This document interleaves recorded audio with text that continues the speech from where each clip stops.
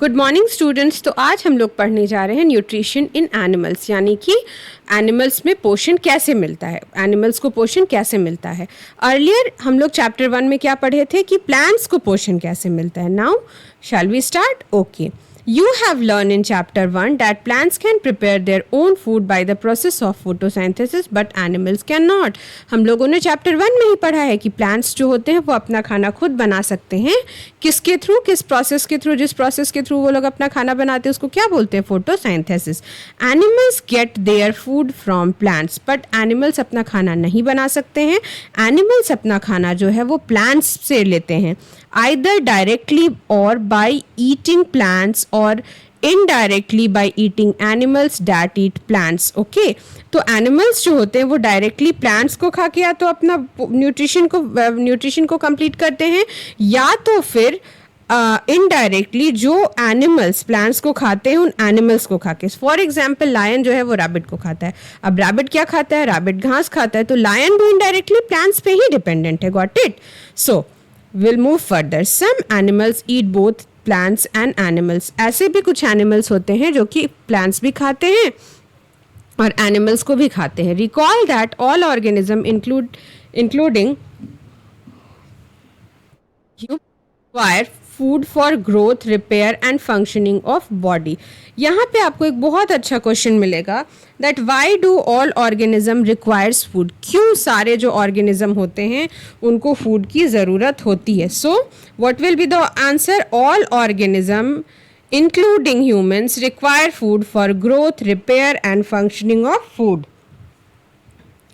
Animal nutrition includes nutrient requirement, mode of intake of food and its utilisation in the body. जो हमारा animal का nutrition होता है वो कौन कौन से स्टेप्स को इंक्लूड करता है? एनिमल का जो न्यूट्रिशन होता है वो न्यूट्रिएंट वैल्यू, कितना न्यूट्रिएंट वैल्यू हमको चाहिए, हम किस तरह से खाना को खा रहे हैं, इनटेक कर रहे हैं और किस तरह से उसको यूटिलाइज कर रहे हैं। Okay, Now you have studied in class 6 that food consists of many components। Try to recall and list them below।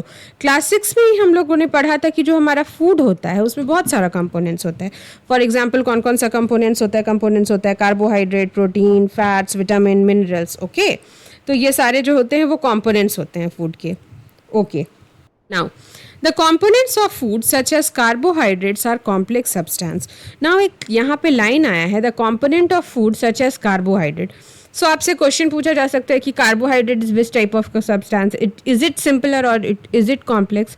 तो carbohydrate is a complex substance. Okay, now what is complex substance? क्या होता है complex substance? ठीक है, तो complex substance जो होता है वो ऐसा सब्सटेंस जो कि बहुत सारे सब्सटेंस से मिलके बनता है, जो कि सिर्फ एक सब्सटेंस से नहीं मिलता है। ओके, क्या उसको हम लोग कॉम्प्लेक्स सब्सटेंस बोलते हैं। जैसे कि हमारा जो कार्बोहाइड्रेट होता है वो कार्बन, हाइड्रोजन और ऑक्सीजन से मिलके बनता है। Okay, these complex substance can not be utilise as such. और ये जो हमारे कॉम्प्लेक्स सब्सटेंस होते हैं वो जैसे होते हैं उसको वैसे यूज़ नहीं किया जा सकता है, इसीलिए उनको ब्रोकन डाउन किया जाता है सिंपलर सब्सटेंस में। जब हम लोग कार्बोहाइड्रेट का इंटेक करते हैं तो इसीलिए वो पचने में बहुत ज़्यादा टाइम लेता है, क्योंकि पहले उसको सिंपलर सब्सटेंस में ब्रेक डाउन करते हैं। Now here we will get very beautiful question, the breakdown of complex components of food into simpler substance are called digestion। so you will get one question over here that what is digestion, then what will be the answer? The breakdown of complex components of food into simpler substance is called digestion। okay, the next topic is different ways of taking food, कि किस तरह से हम लोग खाना लेते हैं। Okay, बहुत सारा ऑर्गेनिज्म अपना खाना को स्वेलो करता है, बहुत सारा ऑर्गेनिज्म मदर का जो मिल्क होता है उस पर डिपेंडेंट होता है। ठीक है, तो अलग अलग तरह का जो ऑर्गेनिज्म होता है अलग अलग तरह से अपने खाने को लेता है। ओके, तो हम लोग इसके बारे में पढ़ेंगे। The mode of taking food into the body varies in different organism. ठीक है, जो मोड होता है फूड को लेने का वो अलग अलग ऑर्गेनिज्म में अलग होता है। बीज and humming birds suck the nectar of the plants, infants of human and many some animals feed on mother milks। तो जो बीज और हमिंग बर्ड्स होते हैं वो नेक्टर को, जो प्लांट्स का नेक्टर होता है उसको सक करते हैं। जो ह्यूमन इन्फेंट्स होते हैं और बहुत सारे जो एनिमल होते हैं वो अपनी माँ के दूध पे डिपेंडेंट होते हैं। स्नेक जैसे कि पाइथन जो होता है वो अपने खाने को कैप्चर करके निगल जाता है। Some aquatic animals filter tiny foods floating on nearby and feed upon them. और कुछ एक्वेटिक एनिमल्स होते हैं जो कि खाना फ्लोट करता रहता है आपका, उसको फिल्टर करके और उसके ही ऊपर डिपेंडेंट होते हैं। ओके, अब हम लोग देखते हैं कि एक्टिविटी 2.1 में क्या कह रहा है। What is the type of food and mode of feeding of the following animals? Write down your observation in the given table. Okay, what is the type of food and mode of feeding of following animals? देखिए यहाँ animals का नाम दिया हुआ है, kind of food है कि किस तरह का food वो खाता है, और mode किस तरह से वो खाना खाता है। Okay, you may find the list of modes feeding given below the table helpful. और यहाँ पे एक हेल्प टेबल दिया गया है, देखते हैं कि हेल्प जो बॉक्स दिया गया है उसमें क्या क्या लिखा हुआ है। ओके, स्क्रैपिंग का मतलब होता है खरोचना। च्यूइंग का मतलब क्या होता है, चबाना। सिम्फोनिंग का मतलब क्या होता है, जैसे बीज जो होते हैं वो क्या करते हैं, सिम्फोनिंग करते हैं। कैप्चरिंग एंड स्वेलिंग, तो ये ऐसा कौन करता है आपका, ऐसा आपका करता है स्नेक, ठीक है, पाइथन वगैरह जो होता है ना। स्पॉन्जिंग कौन करता है, हाउस फ्लाई करता है। पहले वो बैठता है किसी चीज़ पे, फिर उसके ऊपर अपना सलाइवा से उस खाने को डिजोल्व कर देता है, उसके बाद उसको खाता है। ओके, सकिंग का मतलब क्या होता है, चूसना। जैसे मॉस्किटो जो होता है वो क्या करता है, हमारा खून को चूसता है। Now we will move further. अब यहाँ ब्लू बॉक्स में हम लोग देखेंगे कि एक बहुत ही अमेजिंग फैक्ट जो है हम लोगों को पता चलेगा, किसके बारे में, स्टारफिश के बारे में। Okay, Starfish feeds on the animals covered by hard shells of calcium carbonate. For example, snail जो होता है उसका ऊपरी कवर देखिए ना आप लोग, शीप जिसको हम लोग कहते हैं, वो कैल्शियम कार्बोनेट का होता है। After opening the shell, the starfish pops out its stomach through its mouth to eat the soft animal inside the shell. तो क्या करता है ये जो स्टारफिश होता है, सेल को ओपन करता है, उसके बाद उसके अंदर जो सॉफ्ट एनिमल होता है उसको वो खाता है। The stomach then goes back into the body and food is slowly digested. और फिर क्या करता है, जो स्टोमक होता है वो उस जो खाना होता है, सॉफ्ट फूड जो होता है, उसको खाने के बाद वो जो स्टोमक होता है उसको अंदर ले लेता है। ओके, नाउ अभी जो हम लोग पढ़ने जा रहे हैं topic, digestion in human, this one is very very important. इस चीज़ को बहुत ध्यान से पढ़िएगा। We take in food through the mouth. हम लोग जो खाना है वो कैसे लेते हैं, फूड माउथ से लेते हैं। डाइजेस्ट एंड यूटिलाइज इट, और उसको डाइजेस्ट करते हैं एंड यूटिलाइज करते हैं। The unused part of food are defecated का मतलब होता है बाहर निकालना। जैसे पॉटी से हम लोगों का खाना नहीं पचता है उसको बाहर निकालते हैं ना, तो उसी को डिफिकेट करना कहते हैं। Have you ever wonder what happens to the food inside your body? क्या आपने कभी सोचा है कि क्या होता है आपके बॉडी में जब खाना जाता है? तो the food passes through a continuous canal which begins at buccal cavity and ends at the anus. ठीक है, जो हमारा खाना होता है वो कहाँ से शुरू होता है, बकल कैविटी से, और कहाँ पे एंड करता है, एनस पे। ठीक है, और ये जो कंटिन्यूअस कैनाल होता है इसको हम लोग क्या बोलते हैं, इसको हम लोग एलिमेंट्री कैनाल बोलते हैं। The canal can be divided into various compartment, और ये जो कैनाल होता है इसको बहुत सारे कंपार्टमेंट में हम लोग डिवाइड कर सकते हैं। Number 1 buccal cavity, number 2 oesophagus, number 3 stomach, number 4 small intestine, number 5 large intestine. Now okay, large intestine जो कि रेक्टम पे एंड करता है, and number 6 anus. It is not a very long path. क्या ये बहुत लंबा पाथ नहीं है? Yes it is. These paths together form alimentary canal. देखिए आपको मैं एक पिक्चर दिखाती हूँ, यहाँ पे एक पिक्चर देखिएगा आप, यहाँ से ये बकल कैविटी से खाना जा रहा है। ठीक है, ये पूरा प्रोसेस हो रहा है आपका कि ऑसोफेगस में पहले गया, फिर स्टोमक में गया, फिर आपका small intestine, then large intestine, फिर इंड किया एनस से, जो है वो आपका फूड जो है वो डिफिकेट हो गया। तो ये क्या बहुत लंबा प्रोसेस नहीं है? Yes of course it is a long process. Okay, तो पहले आपसे क्या पूछा जा सकता है, ये जो पूरा buccal cavity, oesophagus, stomach, small intestine, large intestine है, ये जो पूरा पार्ट्स है, इसको टुगेदर, इस पूरे पार्ट्स को हम क्या कहते हैं? एलिमेंट्री कैनाल और डाइजेस्टिव ट्रैक्ट। अब ये जो हमारा एलिमेंट्री कैनाल है वो कहाँ से स्टार्ट होता है? Okay, the alimentary canal starts from which compartment? So it is from buccal cavity and ends upon anus. So अगर आपसे बोला जाए कि इसका पूरा सीक्वेंस बताइए कि किस तरह से फूड पास ऑन होता है एलिमेंट्री कैनाल में, तो आपको याद करना बहुत मुश्किल है. तो आपको मैं एक कोड दे रही हूँ, उससे आप याद कर लीजिएगा. जैसे BOSS बॉस, LRA बॉस, यानी कि buccal cavity, oesophagus, stomach, small intestine, large intestine, rectum, and then anus. Okay, these parts together, what they are called? They are called alimentary canal. Okay, now components gradually get digested as the food travels through the various compartment.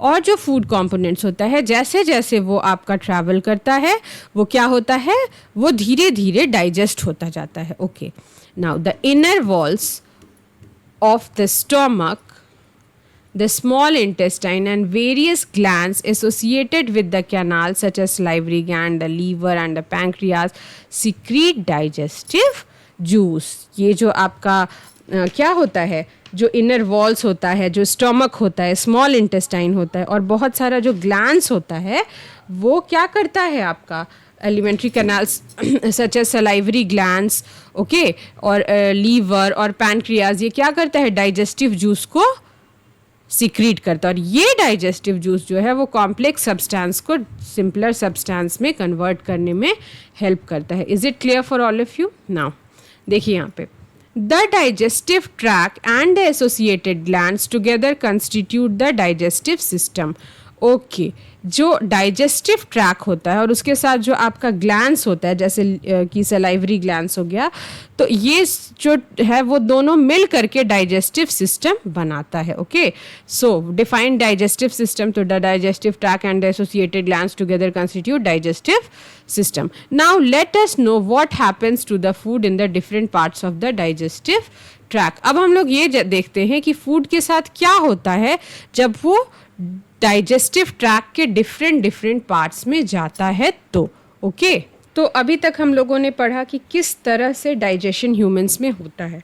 अब हम लोग पढ़ने वाले हैं कि different parts of digestive tracks. हम लोग पढ़ेंगे different parts of digestive track. तो सबसे पहला पार्ट क्या था, माउथ से खाना जाता है, the mouth and the buccal cavity.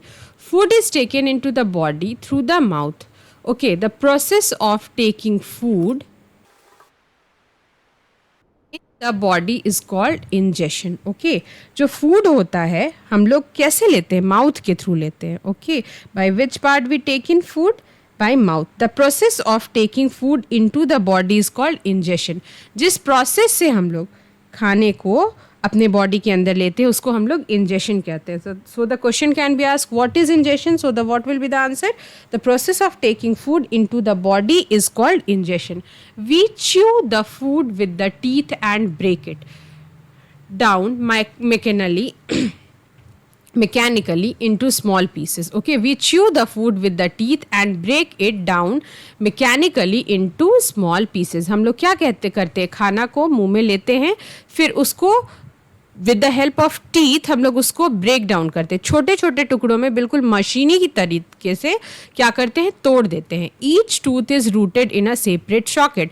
और हमारा हर जो दांत होता है वो आप देखते हैं एक अलग सॉकेट बना होता है, ये एक अलग कंपार्टमेंट टाइप का होता है, इसमें हमारा एक टूथ होता है, फिर ऐसे होता है, फिर इस तरह. तो हर जो टूथ होता है, हमारा जो दांत होता है वो अलग सॉकेट में होता है. इन द गम्स में अलग अलग सॉकेट में एक एक दांत होता है. Our teeth vary in appearance and perform different functions. तो जो हमारा टीथ होता है वो दिखने में भी अलग अलग, जैसे इंसीजर हो गया, मोलर हो गया, प्री मोलर हो गया, ये सारा जो है वो अलग अलग दिखता है. ठीक है, आपका जो पीछे का चहुआ जिसको बोलते हैं मोलर टीथ वो थोड़ा बैठा होता है, जो इंसीजर होता है वो थोड़ा सा नोकीला होता है. ओके, तो accordingly they are given different names. और डिफरेंट टाइप्स का जो टीथ होता है जो डिफरेंट काम करता है या अपीयरेंस में भी डिफरेंट होता है, तो उसको डिफरेंट नेम्स भी दिया गया है. ओके, अभी हम लोग ये ब्लू बॉक्स पे थोड़ा देख लेते हैं कि what it is given over here. Milk teeth and permanent teeth. Do you remember about falling of your teeth of some years अगो?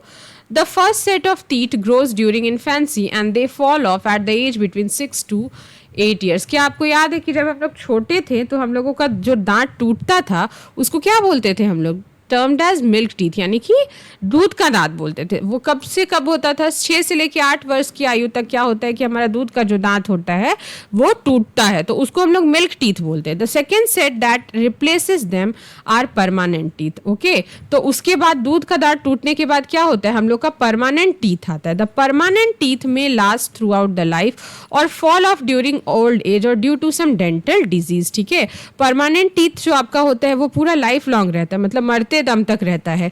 या ये वो हो सकता है कि आप बहुत बूढ़े हो गए हैं तो आपका दांत फॉल हो जाए, मतलब निकल जाए, या कुछ उसमें मतलब होता है ना कि कीड़ा लग गया तो हम लोग दांत निकलवा दिए, तो अगर कुछ डेंटल डिजीज हो जाता है तो। नहीं तो परमानेंट टीथ हमारा लाइफ लॉन्ग रहता है। Now we will see activity 2.2। Wash your hand, look into the mirror and count your teeth. अपने हाथ को धोइए और मिरर में अपना देखिए चेहरा और दांतों को काउंट कीजिए। Okay, use your index finger to feel the teeth.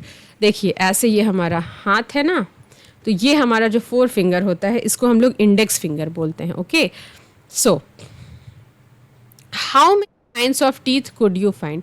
कितने तरह के दांत आपको मिले? Take a piece of apple और a bread and eat it. Which teeth do you use for biting and cutting?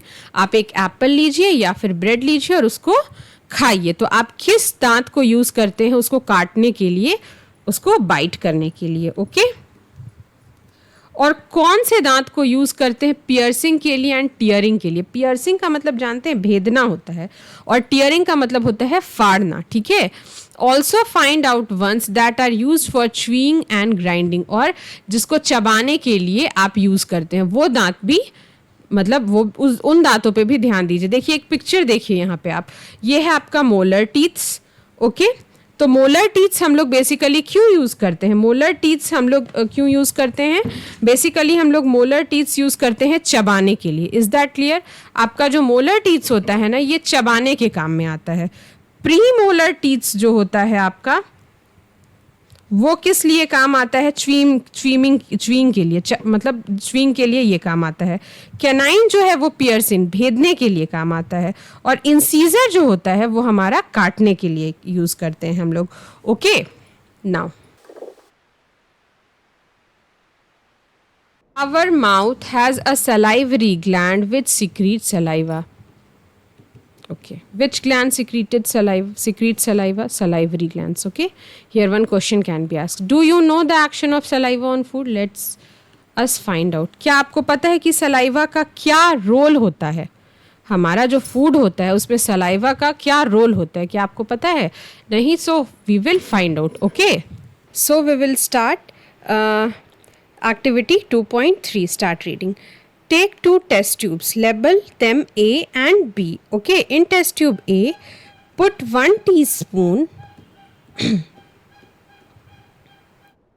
1 teaspoon of boiled rice. Okay, in test tube B, keep 1 tablespoon of boiled rice after chewing it for 3 to 5 minutes. Okay, क्या कह रहा है कि ये test tube 1 है और ये test tube B है। इसमें क्या करो कि बॉइल्ड राइस जो है इसको च्यू करके, चबा करके तब डालो, तो उसमें क्या होगा? इसमें जो जाएगा आपका राइस उसमें सलाइवा भी होगा। और टेस्ट ट्यूब A जो है उसमें बॉइल्ड राइस डालेंगे ऐसे ही, तो उसमें तो सलाइवा नहीं होगा। Add 3 to 4 milliliter of water in both the test tubes. Okay, और 3 to 4 जो मिलीलीटर है वाटर का, ये दोनों ही टेस्ट ट्यूब्स में डालना है। Now pour 2 to 3 drops of iodine solution in each test tube and observe it. और क्या उसके बाद फिर करना है? 2 से 3 ड्रॉप्स जो है आयोडीन सॉल्यूशन का दोनों ही टेस्ट ट्यूब में डालना है और उसको ऑब्जर्व करना है। Why is there a change in colour in the test tubes? और इसमें कलर चेंज होगा। ओके, क्यों होगा? क्योंकि इसमें जो है सलाइवा है, इसमें सलाइवा नहीं है। Discuss the result with your classmates and your teacher.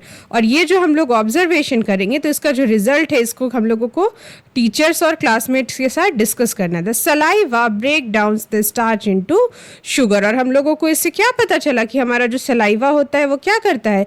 Starch को शुगर में कन्वर्ट करता है। Okay, what helps to break down starch into sugar? Saliva. Okay अगर क्वेश्चन आपसे पूछा जाएगा कि what helps the to break down the starch into sugar, तो what will be your answer? Saliva. The tongue is a fleshy muscular organ attached at the back of the floor of the buccal cavity. Buccal cavity होता है ना हमारा, जहाँ से हमारा start होता है खाना का वो प्रोसेसिंग. देखिए आपको हम दिखाते हैं बकल कैविटी, अगर कुछ बच्चे भूल गए होंगे तो वो फिर से देख लेंगे. Okay see here it is, ये देखिए यहाँ पे, ये आपका क्या है? ये स्टार्टिंग पॉइंट है, ये बकल कैविटी है. तो टंग क्या होता है? स्टार्टिंग पॉइंट पे होता है ना, बकल कैविटी के अंदर फर्स्ट फेज में होता है. ठीक है, तो अब हम लोग टंग के बारे में पढ़ते हैं. Okay now the tongue is a fleshy muscular organ attached at the back of to the floor of buccal cavity. जो buccal cavity का back होता है उस पे जो floor होता है उस पे fleshy muscular organ होता है जो कि attached होता है. Tongue is a fleshy muscular organ. It is free at the front and can be moved in all direction. और ये जो होता है ये फ्रंट में क्या होता है? फ्री होता है, मतलब किधर भी हम लोग उसको घुमा सकते हैं फ्रंट में. Do you know the functions of the टंग? क्या आपको टंग का फंक्शंस पता है? Okay what happens?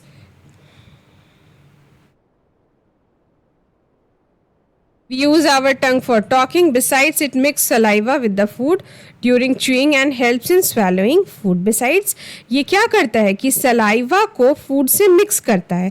जब हम लोग खाते हैं तो ये जो टंग होता है ना, हम लोग बोलने के लिए भी टंग का ही यूज़ करते हैं, लेकिन जब हम लोग खाना खाते हैं तो ये फूड को क्या करता है? सलाइवा से मिक्स कर देता है और इसको ड्यूरिंग जब हम लोग खाना को चबाते हैं और इसको निगलने में भी मदद करता है.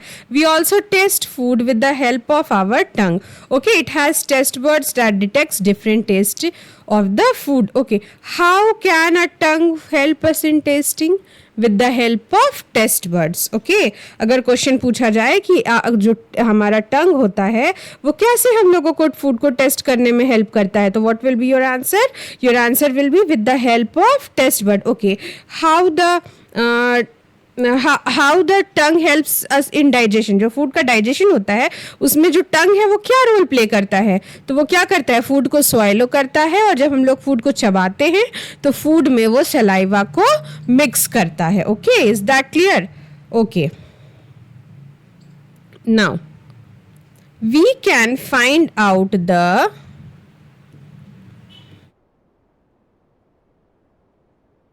We can find out the position of the test bud by the following activity.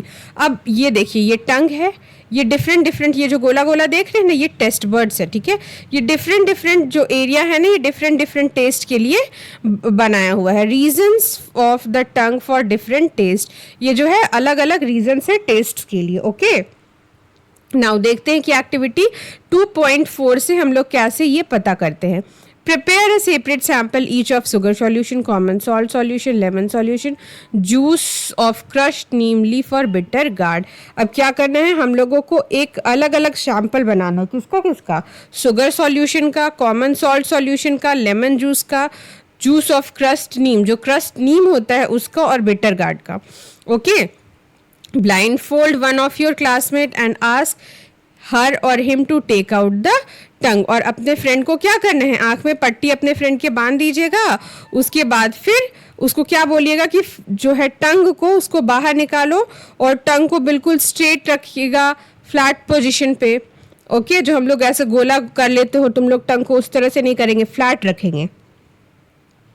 Use a clean toothpick to put the above samples one by one on different areas. Okay अब आपको क्या करना है कि डिफरेंट एरियाज में आपको different जो आपका सैम्पल्स है, जैसे शुगर सॉल्यूशन है, कॉमन सॉल्ट है, लेमन जूस है, जूस ऑफ क्रस्ट नीम है, बिटर गार्ड का है, तो वो सब आपको पुट करना है. ठीक है, जैसा फिगर 2.6 में दिया हुआ है. Use a new toothpick for each sample. और हर जो सैम्पल डालेंगे उसके लिए अलग अलग टूथपिक का यूज़ करना है, नहीं तो टेस्ट ठीक तरह से पता नहीं चलेगा.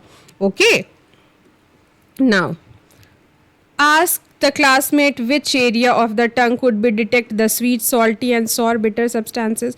अब अपने दोस्त से पूछो कि कौन सा जो एरिया है वो आपको मीठा पता चल रहा है, सॉल्टी पता चल रहा है और बिटर पता चल रहा है. Is that clear?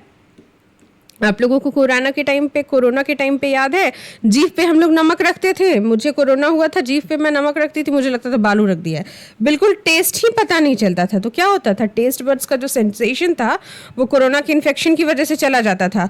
Now write down your observation and level figure 2.6। अब आपको इस एक्टिविटी के थ्रू क्या करना है, ऑब्जर्वेशन लिखना है कि कहाँ पे कौन सा पता चला, और ये इसको 2.6 का जो फिगर है उसमें आपको लेबल करना है। Repeat this activity with other classmate, और इसी एक्टिविटी को आपको अपने अदर क्लासमेट्स के साथ भी क्या करना है, रिपीट करना है, ठीक है, ताकि आपको और अच्छे तरह से समझ में आए।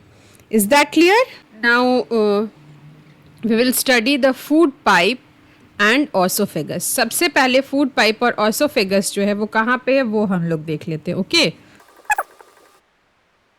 देखिए यहाँ पे आप देखिए, ये देख रहे हैं, ये जो पूरा है ये ऑसोफेगस है। ओके, यहाँ से स्टोमक के ऊपर तक का पोर्शन जो है ये आपका ये ऑसोफेगस है। अब आपको समझ में आ गया। नाउ अब हम लोग इसके बारे में पढ़ते हैं। Okay,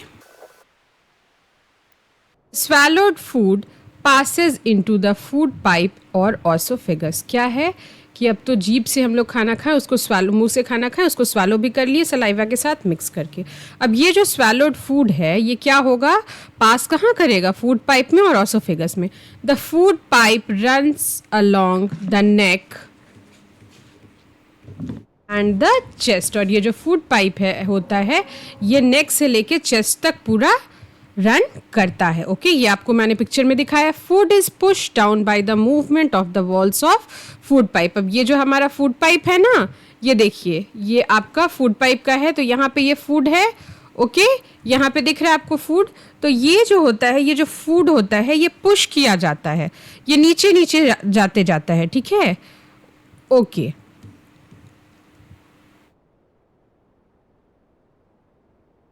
down by the movement of the wall of the food pipe. Actually this movement take place throughout the alimentary canal. ये पूरा एलिमेंट्री कनाल हमारा क्या होता है, पूरा बकल कैविटी से लेकर के मैंने बताया था ना रेक्टम तक, वो पूरा होता है। तो ये पूरे प्रोसेस में क्या होता है कि फूड जो होता है वो पुश किया जाता है नीचे की तरफ। Okay, now okay, where we are, food is pushed down by the movement of the walls of food pipe. Actually this movement take place throughout the alimentary canal and pushes the food downwards. और क्या करता है, खाने को नीचे की तरफ ढकेलता है। At times the food is not accepted by our stomach and is vomited out. Okay, कभी कभी हम लोगों को उल्टी हो जाता है ना, तो क्या होता है, हमारा जो खाना होता है वो स्वालो हम लोग करते हैं और खाने की नली से वो अंदर जाता है और वो उसको स्टोमक जो है सो वो एक्सेप्ट नहीं करता है। बहुत ज़्यादा पानी से पेट भर लो, उसके बाद कुछ खाओ और पानी पियो तो क्या होगा, उल्टी टाइप का लगने लगेगा। ऐसा होता है ना, क्यों, क्योंकि हमारा एक जो स्टोमक है वो फुल हो गया। अब वो और पानी कहाँ से लेगा, तो उसको क्या करोगे, उल्टी ही ना करोगे। तो ऐसा ही होता है। Recall the instance when you vomited after eating and think of the reason of it. अब भी रिकॉल का मैंने आपको मतलब बताया था कि याद कीजिए कि कभी ऐसा होता है कि हम लोगों को उल्टी हो गया खाने के बाद, तो ऐसा क्यों होता है। Discuss with your parents and teacher, ये बात आप अपने पेरेंट्स और टीचर्स के साथ भी डिस्कस कर सकते हैं। Okay, now we'll read about the stomach. The stomach is a thick walled bag. Its shape is like a flattened J and it is the widest part of alimentary canal. So the question can be asked कि which is the widest part of alimentary canals? Alimentary canal का widest part कौन सा होता है, तो what will be the answer? The stomach is the widest part of alimentary canal. Okay. It receives food from food pipe at one end and opens into the small intestine at the other. और stomach क्या करता है कि जो खाना है उसको food pipe से रिसीव करता है एक से, और कहाँ से ओपन होता है, स्मॉल इंटेस्टाइन से ओपन होता है। Okay, ends and open into the small intestine, और इन करता है और फिर ओपन करता है स्मॉल इंटेस्टाइन में। The inner lining of the stomach secrete mucus, hydrochloric acid and digestive juices. Question can be asked कि इनर लाइनिंग्स जो स्टोमक के होते हैं वो क्या क्या सिक्रीट करते हैं, तो वो म्यूकस को सिक्रीट करते हैं, हाइड्रोक्लोरिक एसिड को सिक्रीट करते हैं और डाइजेस्टिव जूस को सिक्रीट करते हैं। The mucus protects the lining of the stomach. Okay, now how it happens, क्या होता है कि जो हमारा पेट है वो इतना हाइड्रोक्लोरिक एसिड को सिक्रीट करेगा, तो उस उससे म्यूकस हमारे पेट को बचाता है. The mucus protects the lining of the stomach. The acid kills many bacteria that enters along with the food. Okay, जो हमारा क्या होता है, एसिड होता है, वो खाने बहुत सारा बैक्टीरिया को किल कर देता है जो खाने के साथ आता है. And makes the medium in the stomach acidic and helps the digestive juice to act. और क्या करता है, जो खाना का मीडियम होता है उसको एसिडिक कर देता है, और जब ये एसिडिक हो जाता है तो डाइजेस्टिव जूस इसके ऊपर एक्ट कर सकते हैं.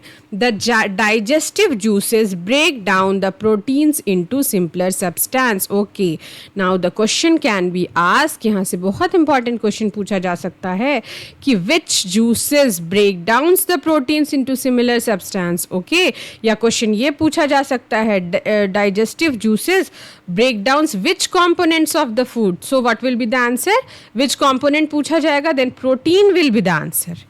ओके, और अगर ये क्वेश्चन पूछा जाएगा कि प्रोटीन को सिंपलर सब्सटेंस में क्या कौन सा चीज जो है उसको ब्रेक डाउन करते हैं, तो what will be your answer, the answer will B digestive juice. Okay, यहाँ एक ब्लू कलर का बॉक्स है, चलिए हम देख लेते हैं कि ये ब्लू कलर के बॉक्स में क्या कह रहा है.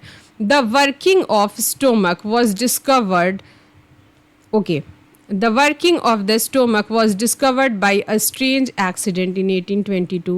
A man named Alex St. Martin was badly hit by a shotgun.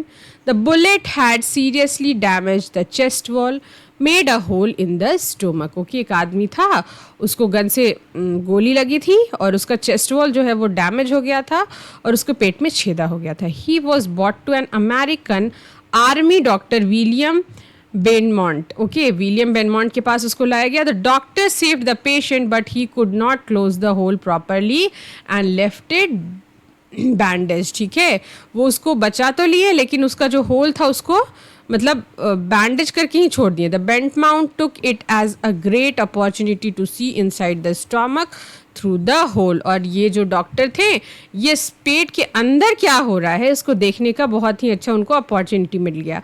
He made some wonderful observation, और उन्होंने बहुत ही अच्छे अच्छे ऑब्जर्वेशन किए, ये जाना कि आखिर स्टोमक में होता क्या है. Beaumont found that stomach was churning food.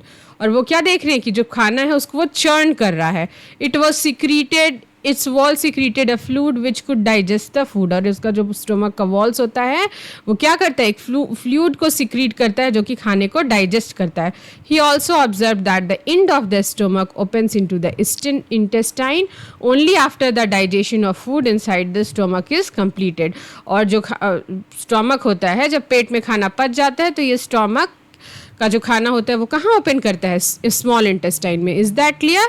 Now will move further. अब हम लोग पढ़ेंगे स्मॉल इंटेस्टाइन में खाने के साथ क्या होता है. The small intestine is highly coiled and is about 7.5 meter long. Okay, what is the approximate length of small intestine? So what will be your answer? 7.5 meter. It receives secretions from the liver and the pancreas. Besides, its walls also secretes juices. Okay, जो small intestine होता है वो liver और pancreas से भी जो secretions होता है उसको भी receive करता है. इसके अलावा small intestine का जो wall होता है वो भी juices को secrete करता है. The liver is a reddish brown gland situated in the upper part of the abdomen on the right side. Where is the liver located? Question पूछ सकता है. ठीक है, where is liver located, what is liver, where it is located. तो the liver is a reddish brown gland, और ये कहाँ situated होता है, upper part of abdomen, right side में. ठीक है, it is the largest gland in the body. This one is very very important. Which one is the largest gland of the body? Okay, so liver is the largest gland of the body. What it secrets? Okay, it secretes bile juice that is stored in a sac called gallbladder. What is stored in a gallbladder? Gallbladder में जो है क्या secrete store होता है? So bile juice. Okay. Now, the bile plays an important role in digestion of foods. Okay. Bile plays an important role in the digestion of dash, इस तरह से fill the blanks का भी question पूछा जा सकता है आपका। बाइल जूस जो होता है वो किस चीज़ के डाइजेशन में बहुत ही वाइटल, बहुत ही इंपॉर्टेंट रोल प्ले करता है, तो वो बाइल जूस जो है फैट्स के सिक्रीशन में हमारा बहुत ही ज़्यादा इम्पॉर्टेंट रोल प्ले करता है। अब हम लोग फर्दर स्टडी करते हैं। Okay, now the pancreas is a large cream coloured gland located just below the stomach. जो पैनक्रियाज होता है वो लार्ज क्रीम कलर का ग्लैंड होता है जो कि जस्ट स्टोमक के नीचे होता है। Okay, the pancreatic juice acts on carbohydrate, fats, proteins and changes them into simpler substance. Now ये जो हमारा पैनक्रियाटिक जूस होता है वो कौन कौन से कंपोनेंट्स पे एक्ट करता है? ओके, और उसको सिंपलर सब्सटेंस में चेंज करता है। जो हमारा पैनक्रियाटिक जूस होता है वो एक्ट्स करता है कार्बोहाइड्रेट पे, फैट्स पे एंड प्रोटीन्स पे, और उसको सिंपलर फॉर्म में चेंज करता है। So how the food is digested in small intestine? Okay, the partly digested food now reaches the lower part of small intestine. Okay, अब क्या है कि ये जो खाना है ये पार्टली, पूरी तरह से अभी डाइजेस्ट नहीं हुआ है, अभी वो पार्टली डाइजेस्ट हुआ है, और वो कहाँ पहुँच रहा है? Lower part of small intestine. जो स्मॉल इंटेस्टाइन का लोअर पार्ट है वहाँ वो पहुँच रहा है, where the intestinal juice completes the digestion of all components of the food. ठीक है, अब यहाँ जो लोअर पार्ट है आपका, उसमें इंटेस्टाइनल जूसेस जो होते हैं वो क्या करते हैं कि सारा फूड का जो कंपोनेंट है उसको वो कंप्लीट करते हैं। The carbohydrate gets broken into simple sugar such as glucose, fats into fatty acid and glycerol and proteins into amino acid. Okay, तो क्वेश्चन यहाँ आपसे पूछा जा सकता है कि जब जो स्मॉल इंटेस्टाइन है, when the intestinal juice completes the digestion of all components of food, then carbohydrate is broken into which form? Then your answer will be simple sugar such as glucose. Okay, now fats are broken into which form? Fatty acid and glycerol. Proteins are broken into which which component? So protein into amino acid. Okay, now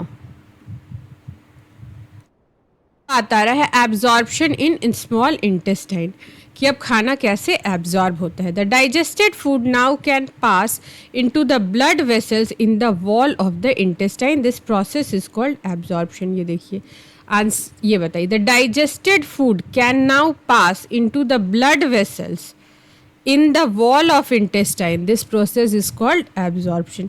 जो digested खाना होता है वो जो blood vessels होता है आपका, जो वॉल्स होते हैं इंटेस्टाइन के, उनमें जो ब्लड वेसल्स होता है उससे पास करता है, उसको हम क्या बोलते हैं? Absorption.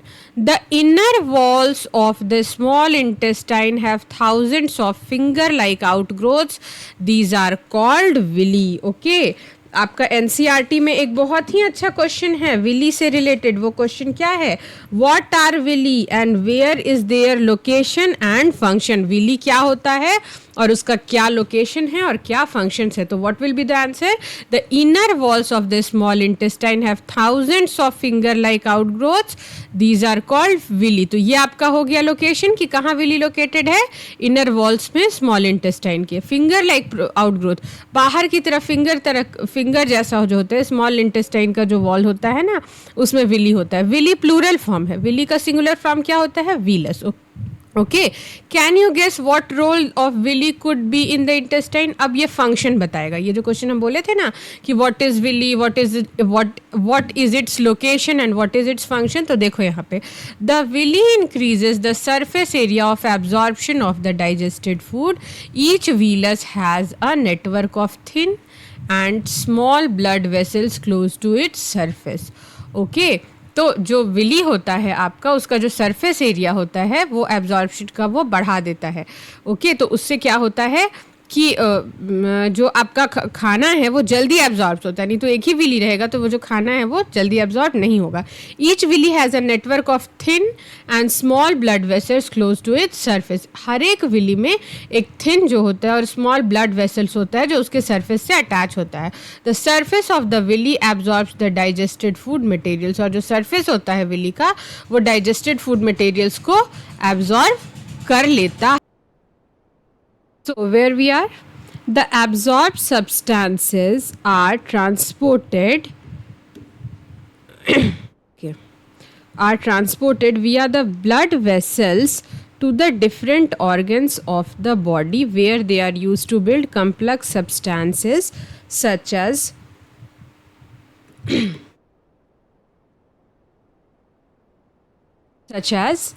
protein required by the body. This is called assimilation. Okay. अब क्या हुआ, हमारा खाना जो है वो डाइजेस्ट हो गया, विली के थ्रू क्या हो गया, वो खाना जो है वो एब्जॉर्ब हो गया. अब क्या हो गया, जो एब्जॉर्ब सब्सटेंस है ये कहाँ, ब्लड वेसल्स में डिफरेंट ऑर्गन्स के पास जा रहा है. और ये जो आपका एब्जॉर्ब्ड खाना है, सब्सटेंसेस है, वो सारे ऑर्गन्स में जाता है. तो ये क्या करता है फिर, they are use to build complex substance such as proteins required by the body. और ये जो एब्जॉर्ब्ड आपका खाना होता है वो जाता है और वो कॉम्प्लेक्स सब्सटेंस बनाता है. क्या बनाता है, प्रोटीन, जो कि हमारे बॉडी को ज़रूरत होता है. Okay, this is called assimilation. Okay, this is called assimilation. तो एसिमिलेशन किस प्रोसेस को बोलते हैं, जो हमारा खाना एब्जॉर्ब होकर के कॉम्प्लेक्स सब्सटेंस बनाने के लिए जाता है उसको हम लोग एसिमिलेशन बोलते हैं. Now the cells, glucose breakdowns with the help of oxygen into carbon dioxide and water and energy is released. और सेल्स में क्या होता है, ग्लूकोज जो हमारा होता है वो किस चीज़ में ब्रेकडाउन होता है. Okay, break down with the help of oxygen into carbon dioxide and water. ठीक है, जो ग्लूकोज होता है ये हमारा ऑक्सीजन के हेल्प से कार्बन डाइऑक्साइड और वाटर में ब्रेक डाउन होता है और इससे हम लोगों को एनर्जी मिलता है. ठीक है, अब समझ में आया कि हमारा जो खाना होता है किस तरह से हम लोगों को एनर्जी देता है. The food remain that remains undigested and unabsorbed enters into the large intestine. अब ये सारा खाना जो है सो पच गया, एसिमिलेट हो गया. एसिमिलेशन के बाद वो जो है कार्बन डाइऑक्साइड और वाटर में चेंज हो गया और उससे एनर्जी भी रिलीज हो गया. अब जो अनडाइजेस्टेड फूड है और जो फूड जो है जो अनएब्जॉर्ब्ड है वो हमारा कहाँ इंटर किया, वो हमारा लार्ज इंटेस्टाइन में इंटर किया. यहाँ एक आपसे क्वेश्चन पूछा जा सकता है, how do we get energy. Okay, तो आप लिखिएगा answer. In the cells glucose break down with the help of oxygen into carbon dioxide and water and energy is released. That is how we get energy. Okay, now come to large intestine. अब हम लोग आते हैं large intestine में. The large intestine is wider and shorter than small intestine. ठीक है, ये wider होता है और शॉर्टर होता है. स्मॉल इंटेस्टाइन कितने लेंथ का होता था, अप्रॉक्सीमेटली उसका लेंथ जो होता है 7.5 मीटर होता है, लेकिन लार्ज इंटेस्टाइन का कितना होता है, अप्रॉक्सीमेटली 1.5 मीटर होता है. Its function is to absorb water and some salts from undigested food material. Okay, what is the function of large intestine? The function of large intestine is to absorb water and salt from undigested. जो खाना नहीं पचा है उसमें से water को, पानी को और नमक को एब्जॉर्व करने को हम लोग जो है यही जो है सो प्रोसेस होता है लार्ज इंटेस्टाइन का. The remaining waste passes into the rectum and remains there as semi solid faeces. और जो रिमेनिंग वेस्ट होता है, जो बचा हुआ हमारा वेस्ट होता है वो रेक्टम में जाता है और सेमी सॉलिड फेसेस मतलब कि जो हमारे पॉटी का शेप होता है ना उसमें वो रहता है. Okay, the faecal matter is removed through the anus from time to time. This is called egestion. Okay, जो फिजिकल मैटर होता है आपका वो हमारे एनएस से, जो लास्ट पार्ट होता है हमारे एलिमेंट्री कैनाल का, उससे हमारा निकल जाता है. ठीक है, टाइम टू टाइम. वही हमको जो डिफिकेट करने का मन करता है, जो हम लोग जाते हैं वॉशरूम, तो वही होता है कि हमारा जो खाना होता है जो मतलब पूरी तरह से अब यूज़ हो चुका है, लार्ज इंटेस्टाइन भी उसको पास आउट करना चाह रहा है क्योंकि अब वो वेस्ट प्रोडक्ट है. तो इस प्रोसेस को हम लोग जब एनएस से हम लोग डिफिकेट करते हैं उसको इजिशन बोलते हैं. इजिशन और इंजिशन में आपको कंफ्यूज नहीं करना है. ठीक है, इंजेशन का मतलब होता है खाना को वो करना, मतलब अंदर लेना. ओके, ये फर्स्ट प्रोसेस होता है और ये इजेशन मतलब बाहर निकालना. देखिए, एक क्वेश्चन आ सकता है कि nutrition is a complex process involving which steps. तो न्यूट्रिशन के लिए बहुत सारे स्टेप्स हमारा उसके अंदर इन्वॉल्व होता है. उसके लिए आपको मैं एक कोड बताती हूँ. वो कोड लिखिए IDAAE. अब क्या है ये, I से हो गया इंजेशन, D से डाइजेशन, A से एब्जॉर्प्शन, फिर A से एसिमिलेशन एंड नाउ E से इजिशन. EDA. ठीक है, ये आप याद रखिएगा, आपको ये जो पूरा प्रोसेस है ये याद रहेगा. Is that clear to all of you? Okay, fine. Now digestion in grass eating animals. अब हम लोग पढ़ेंगे कि किस तरह से जो हमारा डाइजेशन होता है वो ग्रास ईटिंग घास खाने वाले एनिमल्स में होता है। Have you observe cow, buffaloes and other grass eating animals? क्या कभी तुमने ऑब्जर्व किया है जो काउ होता है हमारा, बुफेलो होता है, या और भी जो ग्रास ईटिंग जो घास खाने वाले एनिमल्स होते हैं, chewing continuously even when they are not eating, और वो क्या करते हैं, चबाते रहते हैं कंटिन्यूसली। ठीक है, वो लोग खाते नहीं है फिर भी वो लोग ऐसे ऐसे मुंह चबाते रहते हैं। गाय को देखिएगा, ठीक है। Actually they quickly swallow the grass and store it in a part of stomach called rumen. क्या होता है कि वो लोगों को जब खांस दोगे खाने के लिए तो वो लोग क्या करेगा, जल्दी जल्दी उसको निगल जाएगा, और उसको जो स्टोमक का एक पार्ट होता है र्यूमेन। अब ये जो र्यूमेन होता है ये हमेशा याद रखिएगा, ये टेम्पररी स्टोरेज होता है। ओके, ये जो होता है ना, ये टेम्पररी स्टोरेज होता है। अभी आपको हम इसका फिगर भी दिखाते हैं। Here the food gets partially digested and is called cud. और यहाँ पे जो र्यूमेन में जो खाना होता है वो पार्शियली आधा डाइजेस्ट होता है, और ये जो आधा डाइजेस्ट किया हुआ खाना होता है इसको क्या बोलते हैं, इसको कड बोलते हैं। But later the cud returns to the mouth in lumps and the animal chews it. The process is called rumination. अब क्या होता है कि जो पार्शली आधा डाइजेस्टेड खाना होता है उसको हम लोग कड बोलते हैं, और ये जो कड होता है ये फिर से माउथ में रिटर्न करता है लम्प्स में। ठीक है, छोटा छोटा टुकड़ा गांठ में जो है वो रिटर्न करता है, और एनिमल इसको फिर से चबाना शुरू करता है। क्या हुआ, घास मिला, घास को वो स्वैलो कर गया, वो र्यूमेन में स्टोर हुआ। ठीक है, अब र्यूमेन में पार्शियली डाइजेस्ट हुआ वो खाना, उसको क्या बोलेंगे, कड बोलेंगे।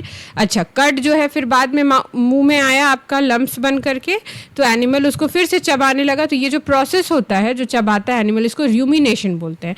And these animals are called ruminants. और ऐसा जो एनिमल्स होता है जो अपना खाना को र्यूमेन में स्टोर करता है और फिर उसको चबाते हैं उसको र्यूमिनेंट्स बोलते हैं। Okay, the what are rumination, what is the process, what is rumination? तो आपको ये बताना होगा कि the rumination is the process in which the food is swallowed quickly and it is stored in rumen. Okay, and in rumen it is partially digested and is called cud, and this cud returns to the mouth. Okay, and the animal chew it again. This process is called rumination, and these type of animals which do rumination is called ruminants. For example, cow. Okay, the grass rich in cellulose. Grass जो होता है हमारा cellulose में rich होता है। A type of carbohydrates in ruminants like deer, cattle, bacteria is present in the rumen. Okay,